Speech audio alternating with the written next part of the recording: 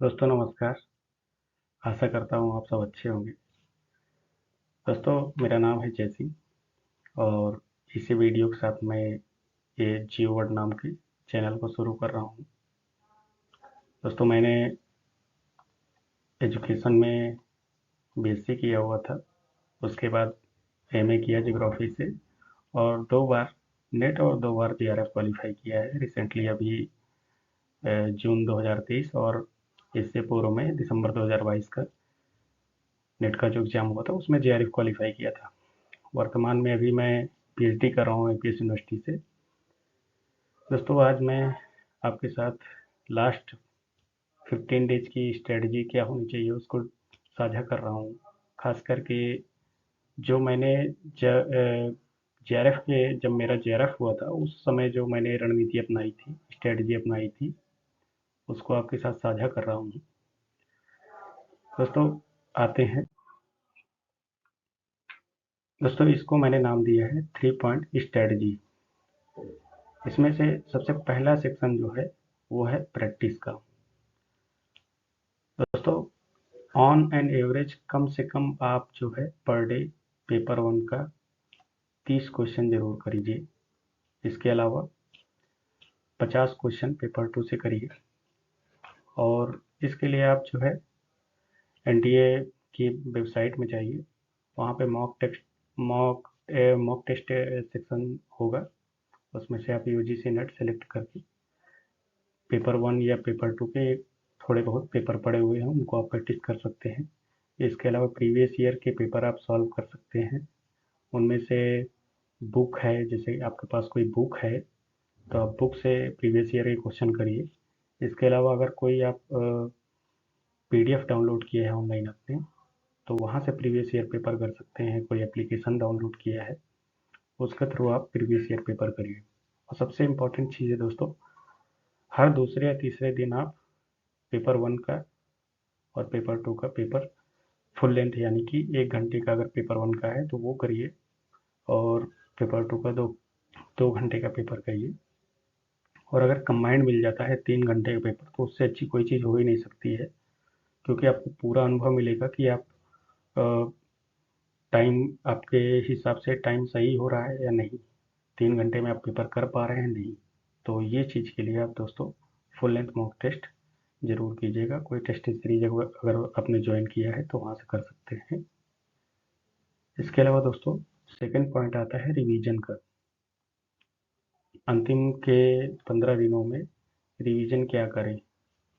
Syllabus तो बहुत लेंदी है लेकिन फिर भी हम रिवीजन क्या करें। तो दोस्तों पेपर 1 में जो मैंने रणनीति अपनाई थी उनमें से क्या किया था, उसमें से मैंने 8 यूनिट सिलेक्ट कर लिए थे और उसमें से जो थ्योरेटिकल यूनिट थे उसको मैंने रिवाइज किया अंतिम के 15 दिनों में, और डीआई और कॉम्प्रिहेंशन को 3-4 दिन के गैप में करता था। ये चीज़ें हैं दोस्तों। और मैं इसमें छोड़ रहा हूँ जो वो है मैथमेटिकल रीजनिंग और लॉजिकल रीजनिंग।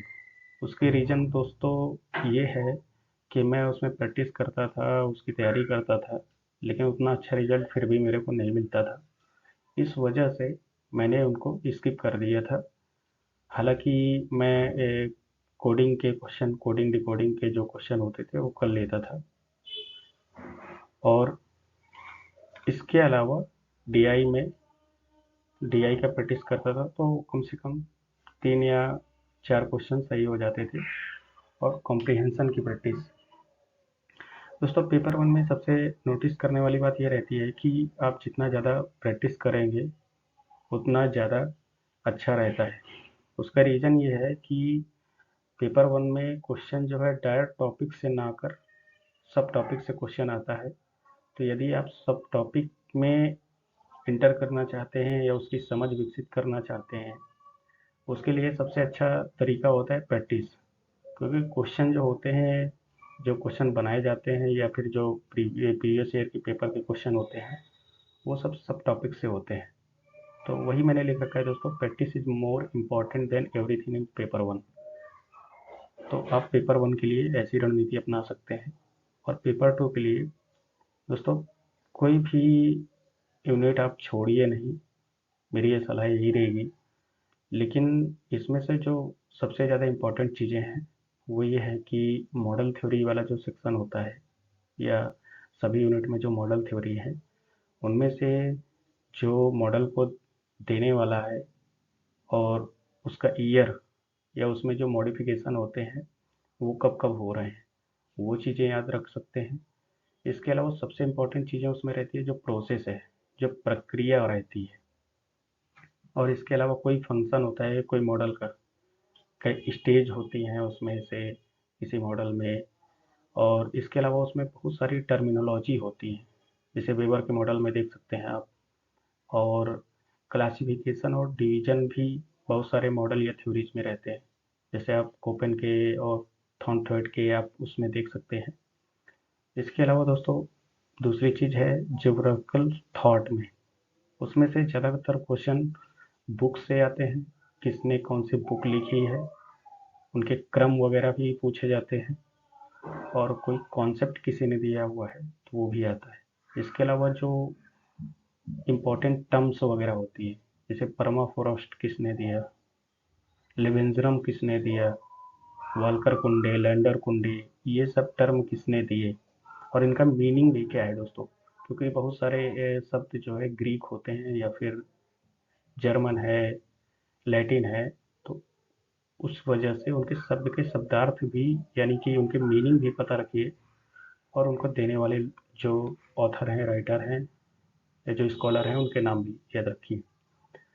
दोस्तों मैंने जो अपनाया था कि आप इसमें छोड़े क्या पेपर 2 में, अंतिम के 15 दिनों में।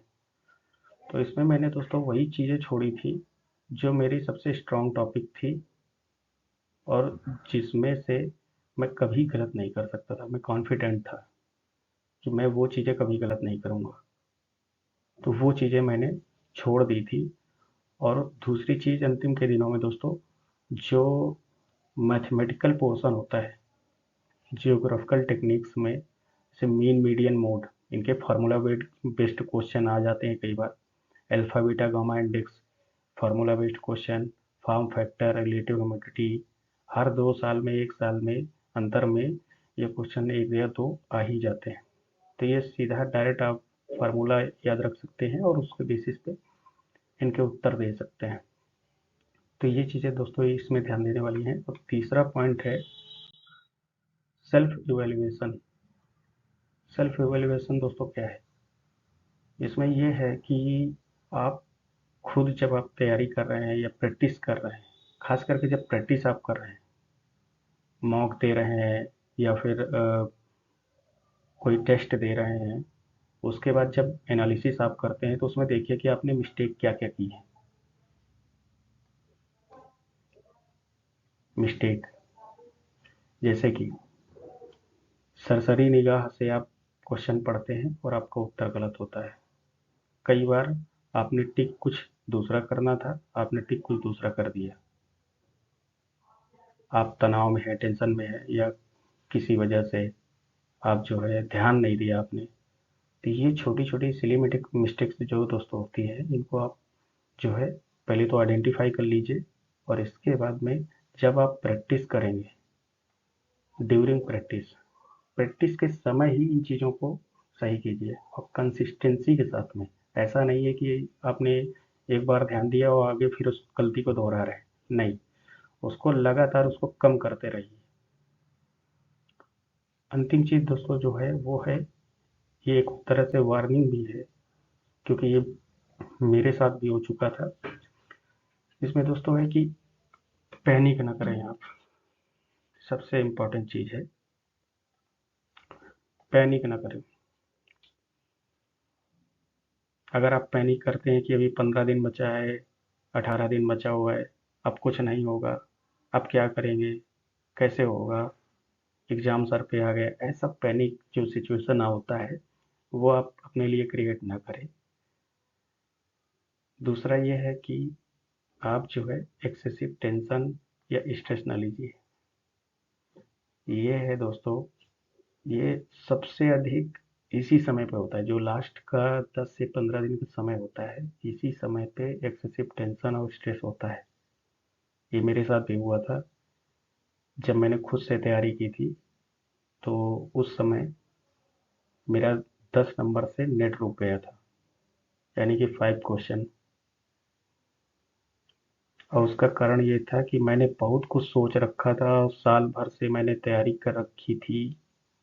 और मैं जब एग्ज़ाम हॉल में गया और इतनी टेंशन में मैं जब एग्ज़ाम दे रहा था, तनाव में, फ्रस्ट्रेशन, बहुत ऐसी सिचुएशन आपके साथ कभी ना हो, इसलिए मैं आपको पहले से बता रहा हूँ इस चीज़ को।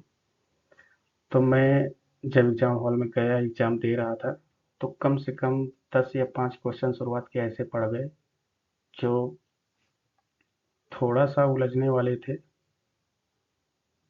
लेकिन उसने वो क्वेश्चन ने मुझे डिस्टर्ब कर दिया और फ्रस्ट्रेट हो गया मैं कि ये सॉल्व नहीं हो रहा है या फिर ये कैसा क्वेश्चन है। और वो कंटिन्यूटी जो है दोस्तों, पेपर के अंत तक चलती रही। मैं पूरे फ्रस्ट्रेशन के साथ में, एंगर के साथ में, तनाव, टेंशन, स्ट्रेस के साथ में वो पेपर दिया और मेरा 10 नंबर से नेट रुका था। तो दोस्तों, इसका इम्पैक्ट ये होता है कि आपका पूरा रिजल्ट खराब हो जाता है। इसलिए आप टेंशन और स्ट्रेस को बिल्कुल दूर ही रखिए। ये तो एग्ज़ाम का मैंने बताया। एग्ज़ाम से पहले अगर आप टेंशन और स्ट्रेस लेते हैं, पैनिक करते हैं, तो आप अपना जो है प्रोडक्टिविटी जो है उसको तो डाउन करते ही हैं। इसके अलावा जो आपके अंदर क्षमता थी, जो आप कर सकते थे, वो भी आप नहीं कर पाएंगे। इसलिए आप ज़्यादा से ज़्यादा एक्शन में, यानी कि जो आप कर सकते हैं उस पर फोकस करिए। जैसे कि रिवीजन हो गया। इसके अलावा प्रैक्टिस में, रिवीजन का मैंने बताया कैसे कर सकते हैं, प्रैक्टिस का भी कैसे कर सकते हैं। एक टारगेट बनाइए कि इतना क्वेश्चन इतना ऐसे करना है, जो मैंने बताया अभी पूर्व में, ऐसे आप करिए। दोस्तों, tension is more dangerous than A wrong answer. आपको पता होगा कि अगर एक उत्तर को, ये एक आंसर गलत होता है, उससे आपका नेट या जेआरएफ भी रुक सकता है।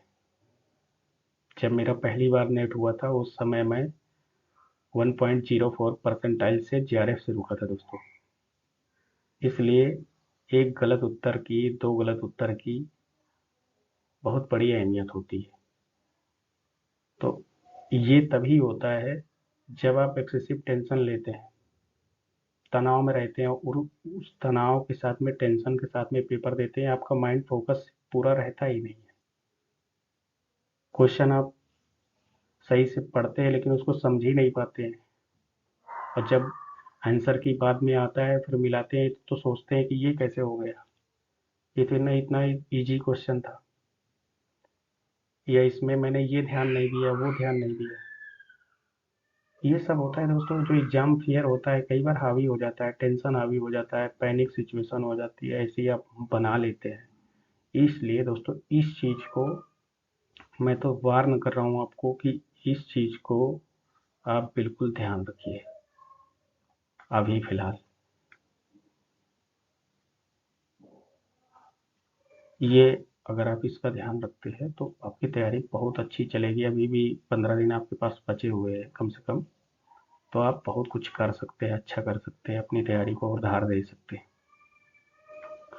दोस्तों, इसी के साथ मैं आपसे विदा लेता हूँ।